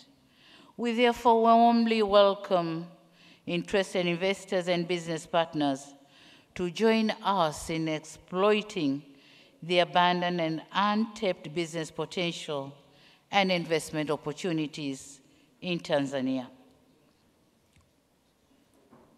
The opportunities ranging from infrastructure, mining, energy, agriculture, tourism, industrialization, and blue economy, which also includes oil and gas. And we have so many other opportunities. And for those who are ready to venture, then Tanzania is the right place for you. You are welcome. Ladies and gentlemen, before I conclude my remarks, allow me to allude to you that the United Republic of Tanzania is a union of Tanzania mainland and Zanzibar, and I hope you are aware of that. With a total market size of about 60 million people, Tanzania is a member of the East African community that has a market size of not less than 77 million people. Tanzania also is a member of the Southern African Development Community, SADC, which hosts a total of 16 member states with a market size of over 300 million. Currently, Tanzania has ratified the African Continental Free Trade Area Protocol, or agreement, that entails a free trade area of 55 African countries. So, by investing in Tanzania, would allow the investors to enjoy the benefit of a very grand market of not less than 1.3 billion people. So you're welcome to Tanzania.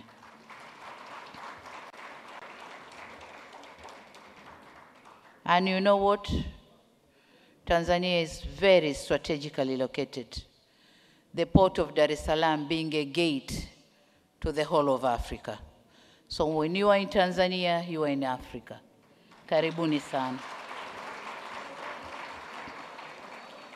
Furthermore, the government values the role of private sector in business and investment promotion, and it shall uphold and strengthen the public-private sector cooperation through open dialogue.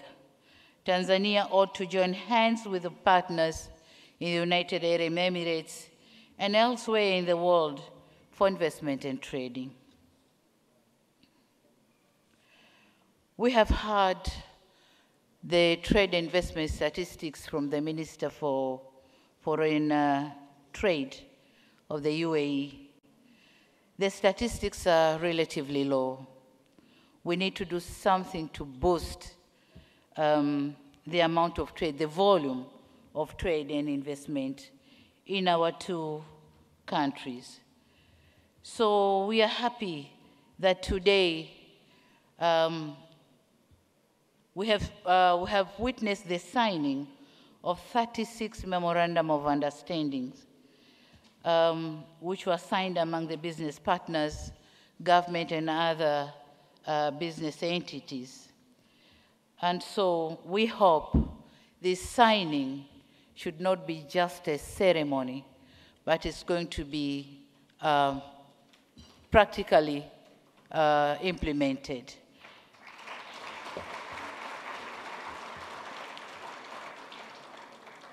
I'll be standing ready to witness the practicability of what is signed here today.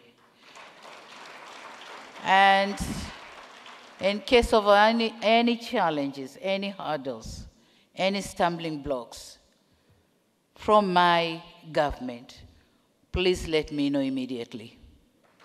Please let me know immediately. Distinguished guests, ladies and gentlemen, new ideas often arise and evolve when stakeholders with different backgrounds and skills meet. Fora like these ones present opportunities for government and private sector to work together for the betterment of their countries. I believe that today's forum will stimulate new ideas and productive dialogue on how to enrich the business mechanism and relationship among the partners here present. So having said all that, lastly, I just want to let you know, the business communities, that Tanzania is ready to take off.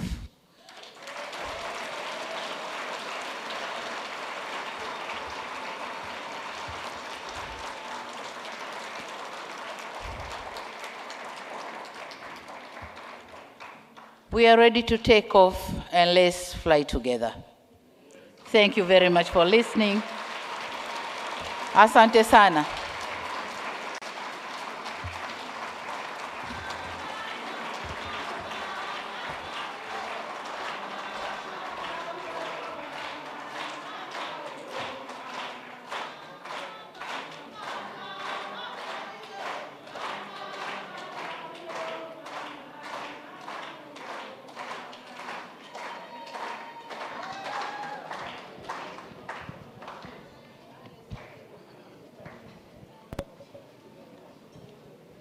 Thank you very much, Madam President Samia Suluhu Hassan.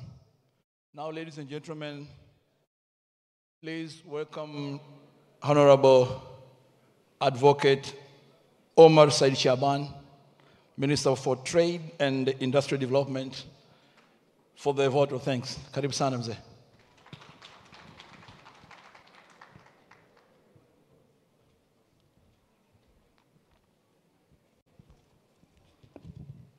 Your Excellency, President of United Republic of Tanzania, Madam Samia Suluhu Hassan, Sultan Ahmed bin Slayum, Group Chair and CEO, Your Excellency Juma bin Makhtoum Al Makhtoum, member of the royal family, Your Excellency Dr. Thani bin Ahmed Al Zayed, Minister of State for Foreign Trade in the United Republic Emirates,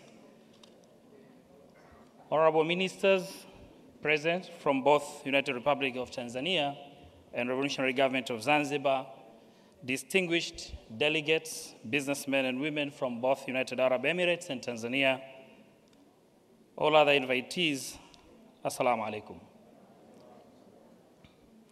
Your Excellency, when I was asked to come and give a vote of thanks, to be brief and use 5 minutes, I was asking myself, how would I explain or express million reasons in 5 minutes? Because there are a million reasons to thank you. But I've decided just to summarize them on 4 reasons to thank you, Your Excellency. And I believe I'm not breaking any protocol and diplomatic etiquettes if I address you, Your Excellency, as Mama, to show my appreciations and gratitude to you.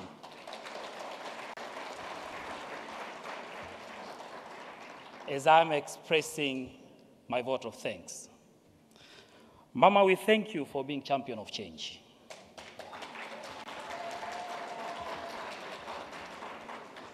We thank you because you have been using both pragmatic approach and bringing everybody on board in the journey to take off Tanzania.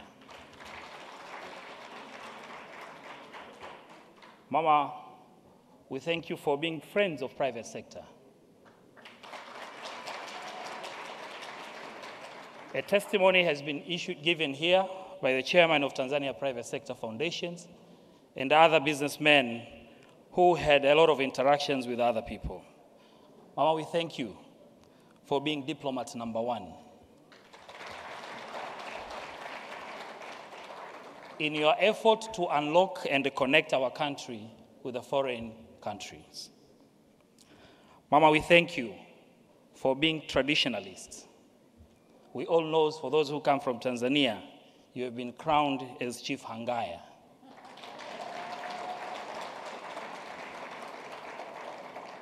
And you have been showing your support to our traditions and customs everywhere you go. Mama, I just want to let you know that yesterday there was a video going viral showing you how excited and emotional when you are following your Tarab music.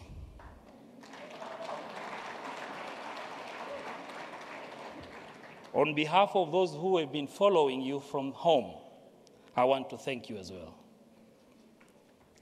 Mama, I want to thank you also for support Tanzanian business. You have been accompanied and traveling together with the Tanzanian businessmen and women whenever you make your foreign tour.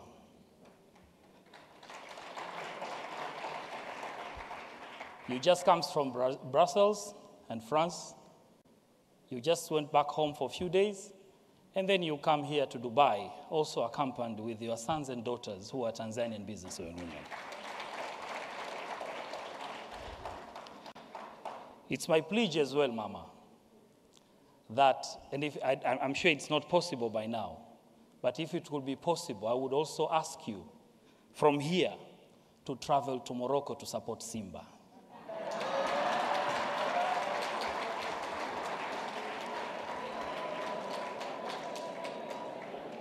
Who are playing today on behalf of Tanzania and the Eastern Central African regions.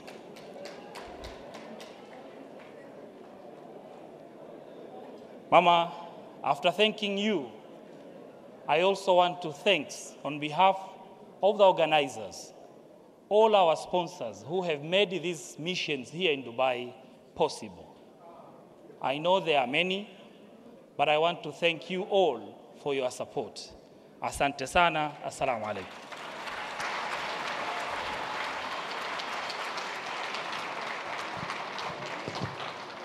Thank you very much, Honorable Advocate Omar Said Shaban, for the vote of thanks. Thank you. Your Excellency, Madam President, Your Highness Sheikh Juma bin Juma, distinguished guests, ladies and gentlemen, will you please stand up right now because the President will be leaving shortly. Thank you very much, Madam President. Kule nyumbani tunasema mama umeupiga mwingi, mwingi sana. Asante sana mama, we love you mama. Nashukuru sana. Thank you, ma'am.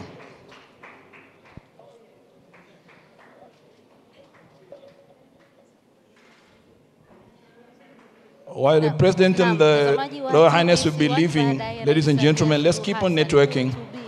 Wawekezaji kutoka maeneo mbalimbali nchini zaidi ya 400 hapa mjini Dubai, na ujumbe wake mkubwa akiwaambia kwamba waje wawekeze Tanzania. Tanzania is ready to take off.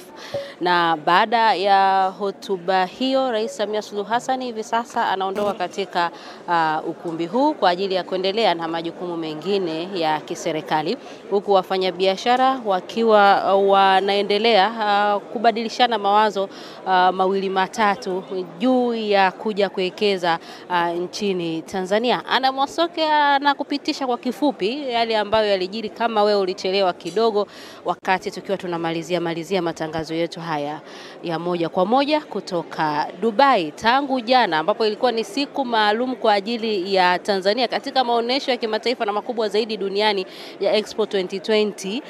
Tanzania ndio habari ya mjini Dubai. Tangu jana bendera za Tanzania zinapepea kwenye maonesho, ikawa ndio habari ya mjini Dubai. Sasa hivi bado katika maeneo mbalimbali bado ni Tanzania, na kubwa ni kwamba watu waende wakawekeze Tanzania. Na mtazamaji wa TBC1, Rais wa Jamhuri ya Muungano wa Tanzania tayari amekwisha ondoka katika eneo hili, na yeye ndo alikuwa mgeni rasmi hapa katika kongamano kubwa la wafanyabiashara, ambapo mikataba takriban 36 imetiwa saini hapa kutoka katika maeneo mbalimbali ya uwekezaji pale nyumbani Tanzania. Na Rais Samia Suluhu Hassan amezungumza mengi hapa, kikubwa akisema kwamba Tanzania is taking off, kwa maana ya kwamba tayari Tanzania ina mazingira bora ya uwekezaji, na mikataba hiyo 36 ni matokeo ya Expo 2020 hapa Dubai. Shughuli hiyo imekuwepo hapa kwa miezi takriban 6, na matokeo yake makubwa ndio hayo pamoja na mengine mengi, na wapo ambao wanaoneshania kuja kuwekeza pale nyumbani Tanzania. Sisi hatuna la ziada kutokea hapa. Timu hii ilipiga kambi tangu mapema kabisa kufahamisha kila hatua kile ambacho kimekuwa kikiendelea hapa, ikiwa ni pamoja na siku maalumu ya Tanzania. Wale ambao wamefanikisha wewe kupata kila kinachoendelea hapa ni pamoja na kiongozi wa matangazo haya Checha Sinda, fundi wetu mhandisi Isa Jumanne, lakini vile vile Neligwa Mugitu ambaye ni mpiga picha, Joakim Kapembe mpiga picha, mtangazaji mwenzangu Vumilia Mwasha, mimi jina langu ni Ana Mwasioke. Hatuna la ziada kutokea hapa katika ukumbi huu ambapo shughuli hii imefanyika. Asante kwa kuwa nasi, na nirejeshe sasa matangazo studio zetu Mikocheni, Dar es Salaam.